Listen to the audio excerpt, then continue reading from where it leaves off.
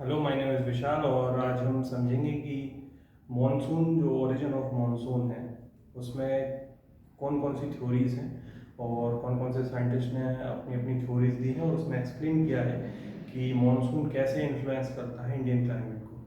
जैसे कि आपको पता होगा कि जो इंडियन क्लाइमेट है वो मॉनसून टाइप ऑफ क्लाइमेट है। जैसे कि हम वर्ल्ड के जो अपन ने क्लाइमेटिक डिवीजन किया है उसमें कई सारे क्लाइमेट्स हैं, जिनमें से एक जो इंडियन क्लाइमेट है वो मॉनसून टाइप ऑफ क्लाइमेट है। तो उससे पहले हमें कुछ बेसिक चीज़ें समझ लेनी होंगी कि अर्थ अर्थ को हमने लैटिट्यूड और लॉन्गिट्यूड में डिवाइड किया है, जिनमें से जो सबसे इम्पोर्टेंट है वो है ट्रॉपिक ऑफ कैंसर, जो कि 23.5 डिग्री है। 0 डिग्री इक्वेटर है और 23.5 डिग्री नीचे ट्रॉपिक ऑफ कैप्रिकॉर्न है। इक्वेटर के ऊपर वाले हिस्से को हम नॉर्दर्न हेमिस्फीयर बोलते हैं और नीचे वाले हिस्से को सदर्न हेमिस्फीयर। और हमें इंडियन क्लाइमेट में ही समझना है जो सीजन्स हैं, और वो जो सीजन्स हैं वो इंडिया के ऊपर कौन कौन से सीजन्स आते हैं हमें बस वही समझना है, उससे ज़्यादा हमें नहीं पढ़ना है। तो इंडिया में बेसिकली 3 टाइप के सीजन्स होते हैं: समर सीजन, विंटर सीजन और रेनी सीजन। और रेनी सीजन का बेसिक सा जो इन्फ्लुएंस है वो मानसून से है। तो चलिए हम पहले समझते हैं मानसून क्या है। तो मानसून कुछ नहीं, एक सीजनल रिवर्सल ऑफ विंड है।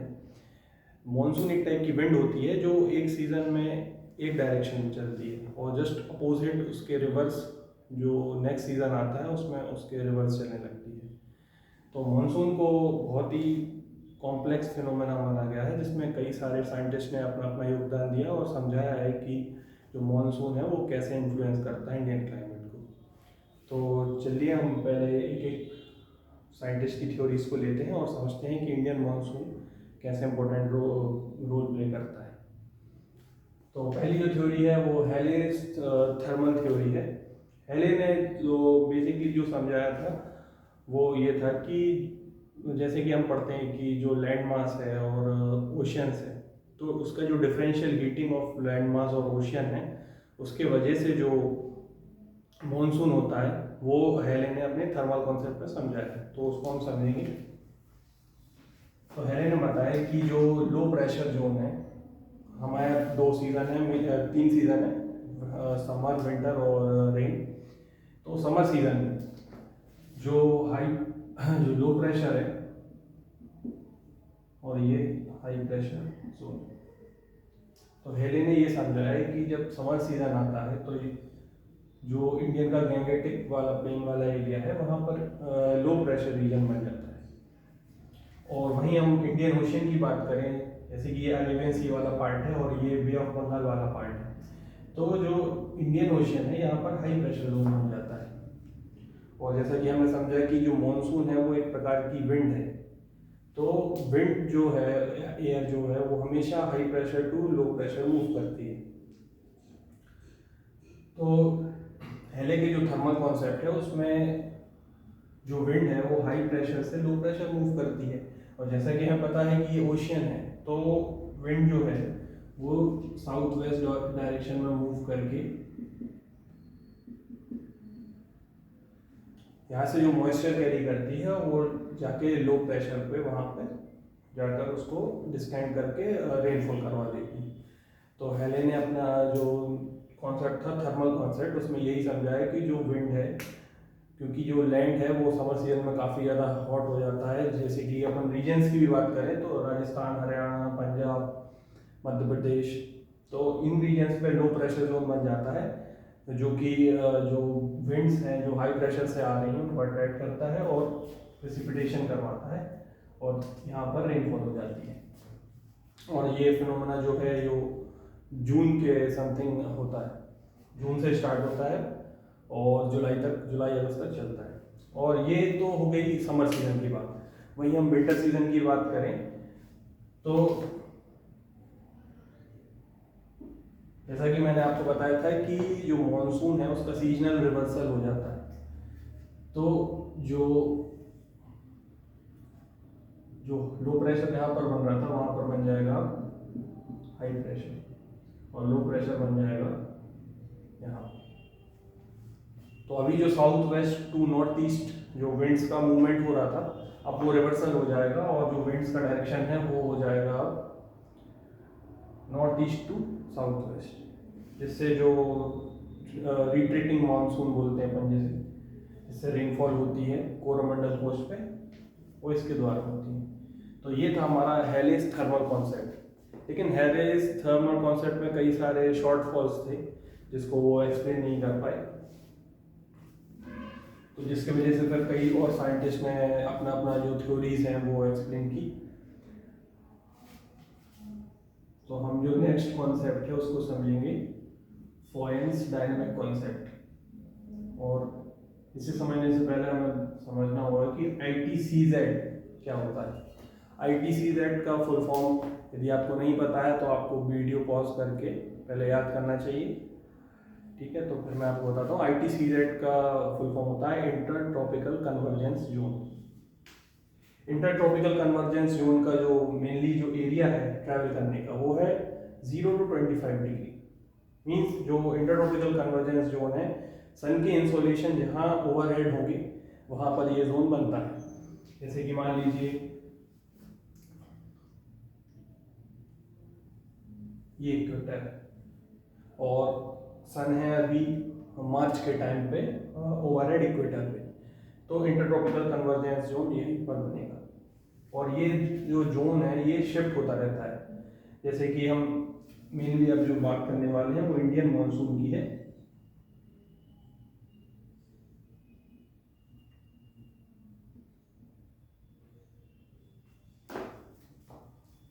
तो जून और जुलाई के टाइम पे जो इंटरट्रॉपिकल कन्वर्जेंस जोन है वो इंडो गंगेटिक प्लेन समथिंग यहाँ पर बनता है। तो इंटरट्रॉपिकल कन्वर्जेंस जोन एक लो प्रेशर जोन है, ये बेल्ट मूव करता है। और हमें ये भी पता होना चाहिए कि जो अर्थ है वो कई सारे एयर प्रेशर बेल्ट में डिवाइडेड है। जैसे कि यदि सन यहाँ पर इक्वेटर पर ओवरहेड है और तो यहाँ पर बनता है लो प्रेशर जोन, और जस्ट इसके अपन यहाँ पर नीचे आएंगे 23.5 डिग्री से पर, तो यहाँ पर बनता है subtropical high pressure belt, sorry tropical high pressure belt. और विंड हमेशा मूव करती है high pressure to low pressure. तो ITCZ में जो मेन रोल प्ले करती है वो होती है ट्रेड विंड। ट्रेड विंड का डायरेक्शन ऐसा होता है।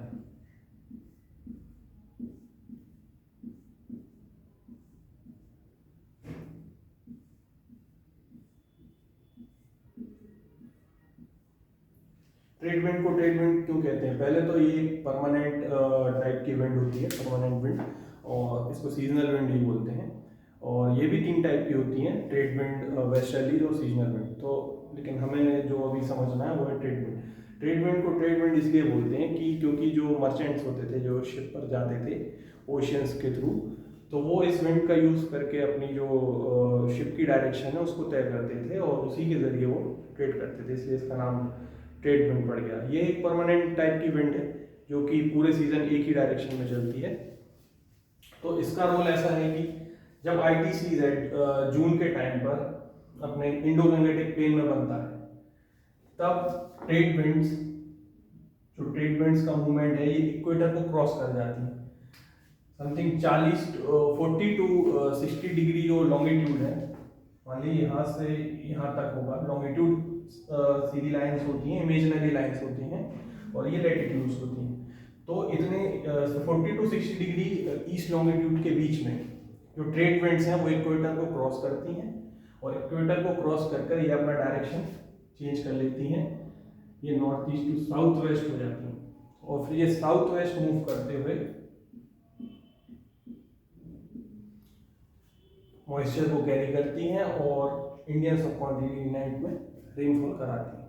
तो फॉरेन जो साइंटिस्ट थे उन्होंने ITCZ का जो रोल है वो बताया कि जो समर सीजन के टाइम पे, और आपको ये भी समझना होगा कि यदि समर सीजन नॉर्दर्न हेमिस्फीयर में है तो सदर्न हेमिस्फीयर में भी समर सीजन नहीं होगा, है ना, क्योंकि जब सन ओवरहेड है ट्रॉपिक ऑफ कैंसर पर तो समर सीजन होगा यहाँ जून और जुलाई के टाइम। और वहीं जब अगर हम जून और जुलाई में सदर्न हेमिस्फीयर की बात करें तो ऑस्ट्रेलिया वहाँ पर जो ठंड पड़ेगी विंटर सीजन होगा, है ना। तो ये चीज़ आपको पता होनी चाहिए। तो ITCZ का जो रोल है समर सीजन में, जो ट्रेड विंड्स हैं वो इक्वेटर को पास करके साउथ वेस्ट मानसून का फॉर्मेशन करती हैं और इंडिया में रेनफॉल कराती हैं। और ये बेल्ट्स ऊपर नीचे मूव होते हैं। जैसे कि मान लीजिए लो प्रेशर यहाँ बन रहा है, तो जो नीचे वाला जो बेल्ट होगा वो ट्रॉपिकल हाई प्रेशर बेल्ट होगा और विंड का मूवमेंट वैसा हो जाता है। तो ये बेल्ट्स जो हैं वो पर शिफ्ट होते रहते हैं सन के इंसोलेशन के हिसाब से।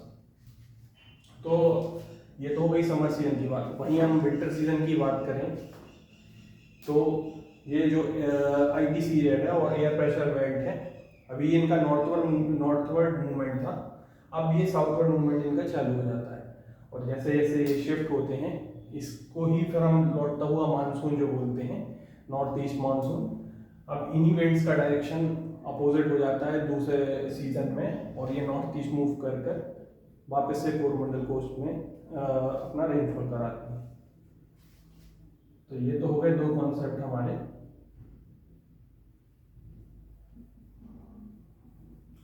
चलिए एक बार रिवाइज कर लेते हैं। पहला था हेलेस का थर्मल कॉन्सेप्ट। उसमें हमने समझा कि जो समर सीजन में जो लैंड मास है वो काफ़ी ज़्यादा हीटअप हो जाता है, जिसके वजह से जो विंड्स हैं वो high pressure to low pressure move करती हैं इंडियन ओशियन से इंडियन लैंड मास की तरफ, जिसकी वजह से रेनफॉल होती है। जो सेकंड था अपना फोएंस डायनामिक कॉन्सेप्ट, जिसमें हमने ITCZ को समझा। ITCZ मॉनसून ट्रफ का फॉर्मेशन करता है समर सीजन में इंडियन सब कॉन्टिनेंट में जून और जुलाई के टाइम पे, जो कि इंडो गंगेटिक प्लेन के ऊपर मॉनसून ट्रफ का निर्माण करता है। और जो इक्वेटर है, इक्वेटर से जो ट्रेड विंड्स हैं वो पास करके इंडियन सब कॉन्टिनेंट की तरफ मूव करती हैं, साउथ वेस्ट मानसून का क्रिएशन करती हैं। और ये इन विंड्स का डायरेक्शन जो है वो कोरियोलिस इफेक्ट की वजह से होता है, जो कि नॉर्दर्न हेमिस्फीयर में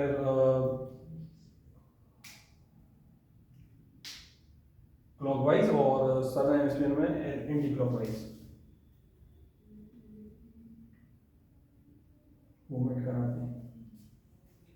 तो ये तो हो गए हमारे दो कॉन्सेप्ट। एक हो गया ITCZ वाला फोएंस का डायनामिक कॉन्सेप्ट, और पहला था हेलिस थर्मल कॉन्सेप्ट। अब हम जो थर्ड कॉन्सेप्ट है, इसमें कई सारी विंड्स का इन्वॉल्वमेंट है, जैसे कि जेट स्ट्रीम हो गया, और फिर मैस्क्रीन हाई जो साइंटिस्ट थे उनने अपना कॉन्सेप्ट दिया। फिर रोल ऑफ तिब्बत प्लेट्यू, ये भी एक काफ़ी इंपॉर्टेंट रोल प्ले करता है। और लास्ट वाला जो है सब ट्रॉपिकल वेस्टर्ली जेट स्ट्रीम। तो हम एक एक कर समझेंगे। तो सबसे पहले तो हमें समझना होगा कि जो मैस्क्रीन हाई है, जो मैस्क्रीन साइंटिस्ट थे, उन्होंने डिस्कवर किया था कि ये एक आइलैंड है जो इक्वेटर के नीचे है, जिसको मेडागास्कर बोलते हैं। यहाँ से विंड्स का मूवमेंट होता है, विंड्स का मूवमेंट होता है ऐसे डायरेक्शन में।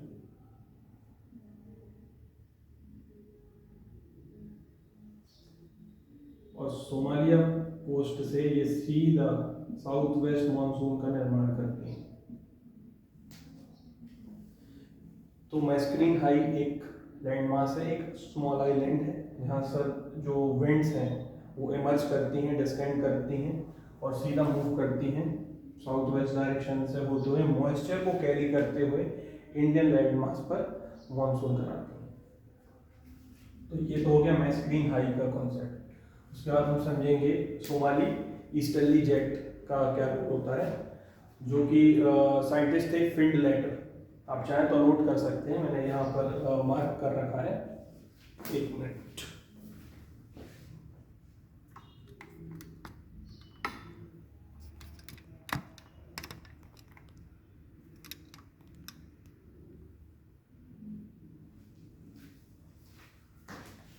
जैसे कि आप देख सकते हैं कि जो सोमाली ईस्टर्ली जेट है वो फिंडलैंडर जो साइंटिस्ट थे उन्होंने इसका कॉन्सेप्ट को एक्सप्लेन किया। और ये तीनों जो मैस्क्रीन हाई, सोमाली ईस्टर्ली जेट और रोल ऑफ तिब्बत, ये कॉम्बाइंड टॉपिक है। Somali easterly jet stream basically high velocity winds होती हैं जो ट्रोपोस्फियर में मूव करती हैं। जैसे कि आपने पढ़ा होगा कि अपने एटमॉस्फेयर में कई सारी लेयर्स होती हैं। Troposphere, stratosphere, ionosphere, mesosphere. तो हमें सब नहीं पढ़ना, हमें केवल समझना है कि जो ट्रोपोस्फियर है, जो जेट स्ट्रीम है वो ट्रोपोस्फियर में मूव करती है, और जो जेट स्ट्रीम का डायरेक्शन होता है वो वेस्ट टू ईस्ट होता है। तो जो ट्रोपोस्फियर है, ट्रोपोस्फियर और स्ट्रेटोस्फियर जहाँ पर मिलते हैं उस एरिया को बोलते हैं ट्रोपोपॉज, और ट्रोपोपॉज में ही जो जेट स्ट्रीम्स हैं वो मूव करती हैं। तो उन्हीं में से एक है सोमाली ईस्टर्ली जेट स्ट्रीम, जो इस डायरेक्शन में मूव करते हुए जो सोमालिया के तट से इन विंड्स जो इमर्ज होती हैं हाई, उनको स्ट्रॉन्गली इंडियन कॉन्टिनेंट की तरफ ले जाती है। मैस्क्रीन हाई बहुत ज़्यादा रिस्पॉन्सिबल है इंडियन मॉनसून को स्ट्रॉन्ग करने में। यदि यहाँ पर विंड इतनी स्ट्रॉन्ग नहीं होगी तो मॉनसून भी उतना ही कमज़ोर पड़ जाएगा। तो सोमाली ईस्टर्ली जेट यहाँ से एक स्ट्रॉन्ग पुश प्रोवाइड करती है, जो साउथ वेस्ट मॉनसून, जो मैस्क्रीन हाई से जो एयर विंड्स मूव कर रही हैं उनके लिए east south west to north east direction, इसलिए इसको सोमाली ईस्टर्ली जेट बोलते हैं, क्योंकि इंडियन सबकॉन्टिनेंट के ईस्ट में जो एयर विंड्स हैं उनको मूव करा कर ले जाती है और मॉनसून कराती है। फिर जो नेक्स्ट जो रोल है, ये जो विंड्स हैं, यहाँ पर जो लो प्रेशर बन रहा है, मान लीजिए ये तिब्बत है, तो तिब्बत का रोल ऐसा है कि तिब्बत एक बहुत ही highest plateau of the world है, रूफ ऑफ द वर्ल्ड इसको बोलते हैं, और ये इतना बड़ा लैंड मास है तो ये बहुत ज़्यादा इंसुलेशन को कैप्चर कर लेता है और लो प्रेशर जोन बनाता है। लो प्रेशर जोन बनने की वजह से जो विंड्स का मूवमेंट है, ये हाई प्रेशर जोन जो मैस्क्रीन हाई के ऊपर बन रहा है, यहाँ से ये जो विंड्स का मूवमेंट है वो तिब्बत की तरफ जाता है, और तिब्बत से होते हुए 1 जून को ये केरल से टकराती हैं और यहाँ रेनफॉल कराती हैं, और फिर धीमे धीमे यहाँ से डिवाइड हो जाता है। जो साउथ वेस्ट मानसून है वो 2 शाखा में डिवाइड हो जाता है, एक तो अरेबियन सी ब्रांच और एक होती है बे ऑफ बंगाल सी ब्रांच, उसको हम नेक्स्ट टॉपिक में समझेंगे। फिलहाल हम अपने टॉपिक पर आते हैं। तो तिब्बत का जो रोल है वो क्या है, इसको एक साइंटिस्ट हैं HF ब्लैंडफोर्ड, उन्होंने काफ़ी अच्छे से एक्सप्लेन किया है कि जो तिब्बत है वो एक लैंडमास है, और लैंडमास इंसुलेशन को बहुत ही जल्दी कैप्चर करते हैं और लो प्रेशर जोन बनाते हैं, और लो प्रेशर जोन बनने के वजह से जो विंड का मूवमेंट है वो ऊपर की तरफ जाता है,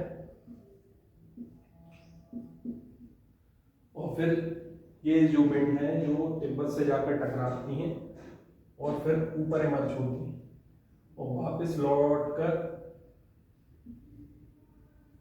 ईस्ट जो सोमालिया में जो अफ्रीकन कोस्ट है उस पर आकर गिरती हैं, और वापस से ये फिर साइकिल कंटिन्यू करती है। तो ऐसे करके एक साइकिल बनती है कि यहाँ से विंड्स जाती हैं, तिब्बत से टकराती हैं, इमर्ज होती हैं ट्रोपोस्फियर में, और ट्रोपोस्फियर से वापस ईस्टर्ली कोस्ट पे आती हैं, यहाँ से मॉइस्चर कैप्चर करती हैं और वापस फ्लो करती हैं। तो ये हो गया अपना रोल ऑफ तिब्बत प्लेट्यू।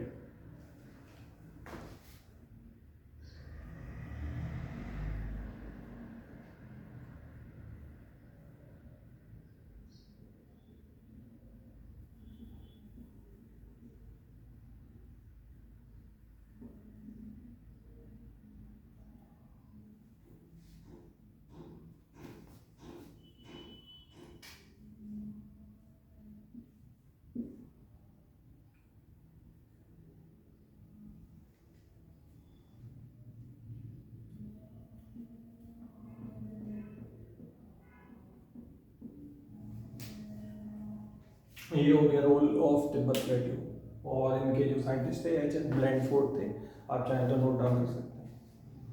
अब जो नेक्स्ट टॉपिक है वो है हमारा सब ट्रॉपिकल वेस्टर्ली जेट स्ट्रीम। तो आपने एक शब्द सुना होगा वेस्टर्न डिस्टर्बेंस। तो वेस्टर्न डिस्टर्बेंस मेनली जो इंडिया में जो बारिश कराते हैं उसको मावठा बोलते हैं हम हिंदी में।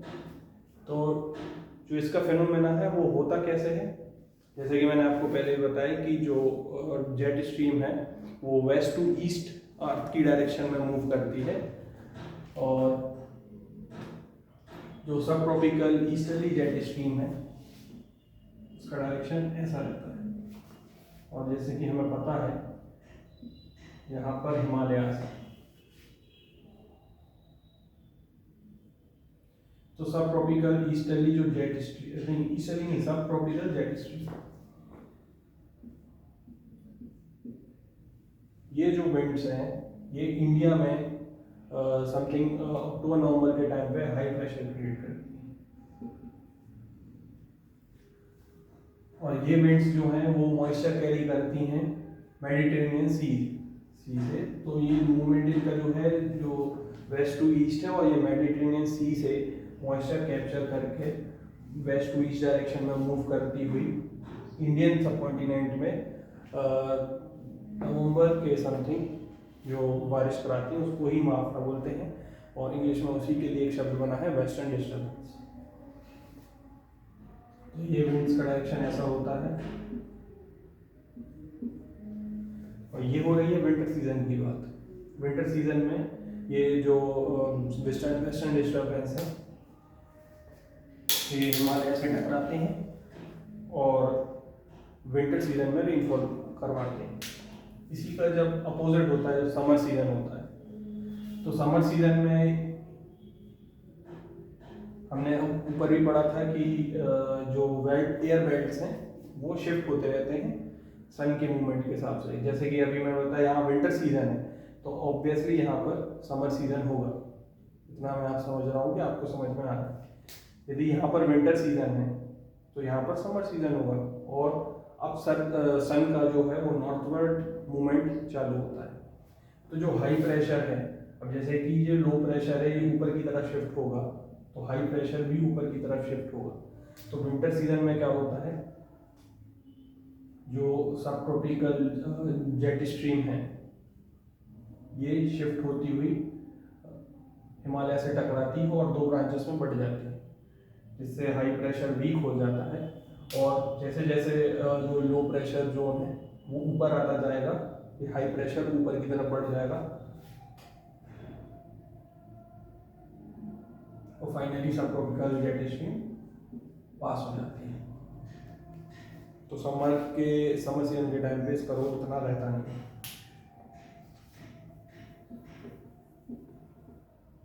तो ठीक है, आज का वीडियो ज़्यादा लंबा ना हो इसलिए हम 3 टॉपिक को पढ़ चुके हैं। जो नेक्स्ट टॉपिक है वो है एल नीनो, उसको हम नेक्स्ट वीडियो में समझेंगे। एल नीनो और ला नीना ये बहुत ही इम्पोर्टेंट कॉन्सेप्ट है। इसके साथ ही जो बचे हुए कॉन्सेप्ट है जैसे कि इंडियन डाइपोल मूवमेंट, उसको भी हम नेक्स्ट वीडियो में कवर करेंगे। Thank you.